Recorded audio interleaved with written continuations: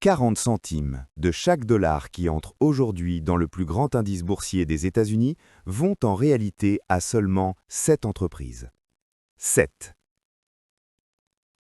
Lorsque vous achetez un fonds de marché large, vous pensez posséder l'économie. 500 entreprises, des dizaines de secteurs, une énorme machine où les profits sont créés par des milliers de modèles économiques différents. Mais la réalité est beaucoup moins romantique. Ce que vous détenez aujourd'hui dans votre portefeuille ressemble de plus en plus à un immense fonds technologique avec quelques autres entreprises soigneusement collées à l'arrière pour maintenir l'illusion de diversification. La machine de diversification fonctionne toujours, mais son code a été réécrit et presque personne n'a remarqué quand cela s'est produit. La plupart des investisseurs sont convaincus d'agir de manière rationnelle. Ils suivent le conseil classique, acheter des fonds indiciels, minimiser les frais et simplement attendre. Cela est considéré comme le sommet de la sagesse financière. Mais le problème n'est pas que ce conseil est incorrect, le problème est que les gens le suivent sans comprendre comment le système lui-même, dans lequel ce conseil fonctionne, a changé. Et lorsque vous ne comprenez pas le fonctionnement du système, vous devenez inévitablement son carburant. Pour comprendre l'ampleur de ce qui se passe, il faut voir un fait qui est rarement mentionné dans les médias. Au début de l'année 2026, les fonds passifs contrôlent plus de la moitié de tous les actifs du marché boursier américain. Jamais dans toute l'histoire des marchés, des fonds mécaniques qui se contentent de copier un indice n'ont eu un tel poids. Nous menons en réalité une expérience mondiale. Imaginez un avion qui n'a jamais volé avec une telle charge. Il peut parfaitement se maintenir dans les airs ou bien un jour commencer à se comporter différemment parce que les ingénieurs ne l'avaient tout simplement pas conçu pour un tel poids. La seule façon de le savoir est d'attendre les turbulences. Pour voir le mécanisme, imaginez un escalator dans un immense centre commercial. Vous montez sur une marche et elle vous transporte lentement vers le haut. Vous n'avez pas besoin de faire d'efforts, pas besoin de prendre de décisions, pas besoin de deviner des directions, vous restez simplement debout. C'est ainsi que fonctionne l'investissement passif. Le salaire arrive sur le compte. Une partie est automatiquement envoyée dans un fonds. Le fonds achète des actions, l'économie croît, et dans 30 ans, vous vous retrouvez à l'étage supérieur. Une construction d'ingénierie magnifique. Mais il y a une nuance. L'escalator monte uniquement parce que de nouvelles personnes montent dessus en permanence. Dans le monde financier, ce sont les nouvelles contributions des investisseurs, les épargnes mensuelles, les plans de retraite, les dividendes réinvestis. Tant que le flux de personnes venant d'en bas est stable, tout le système se déplace vers le haut. Mais l'escalator ne vend pas la gravité, il dépend du flux. Et c'est ici que commence ce qui rend le moment actuel unique.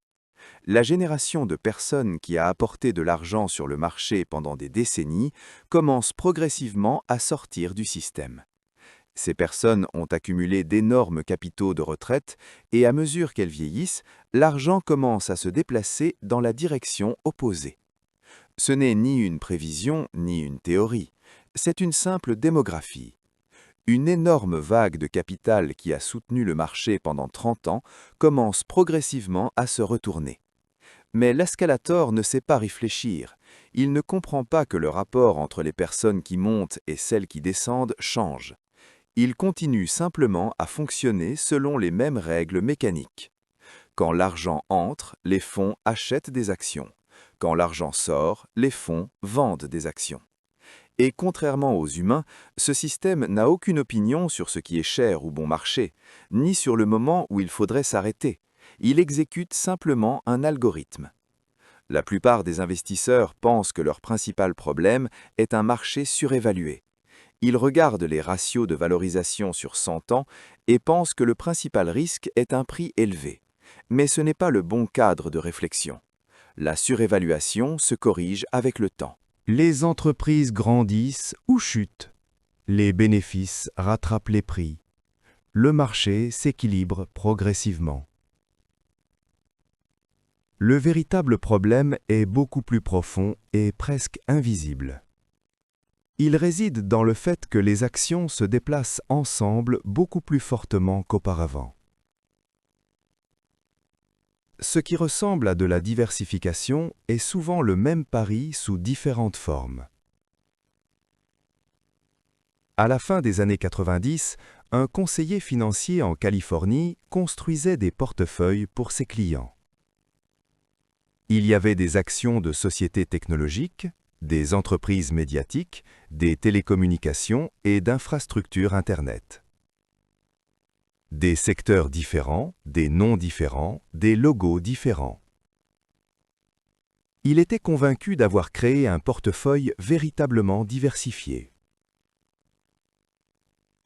Mais lorsque la bulle Internet a éclaté, toutes ces entreprises se sont effondrées en même temps, car sous des noms différents se cachait la même idée, un pari sur la révolution Internet.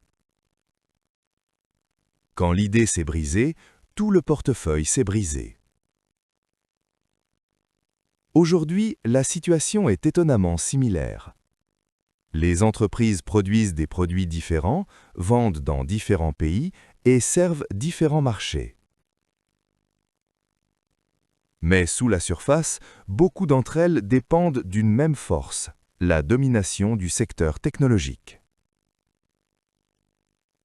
Et lorsque des milliers de milliards de dollars affluent automatiquement vers les indices, cette concentration devient de plus en plus forte.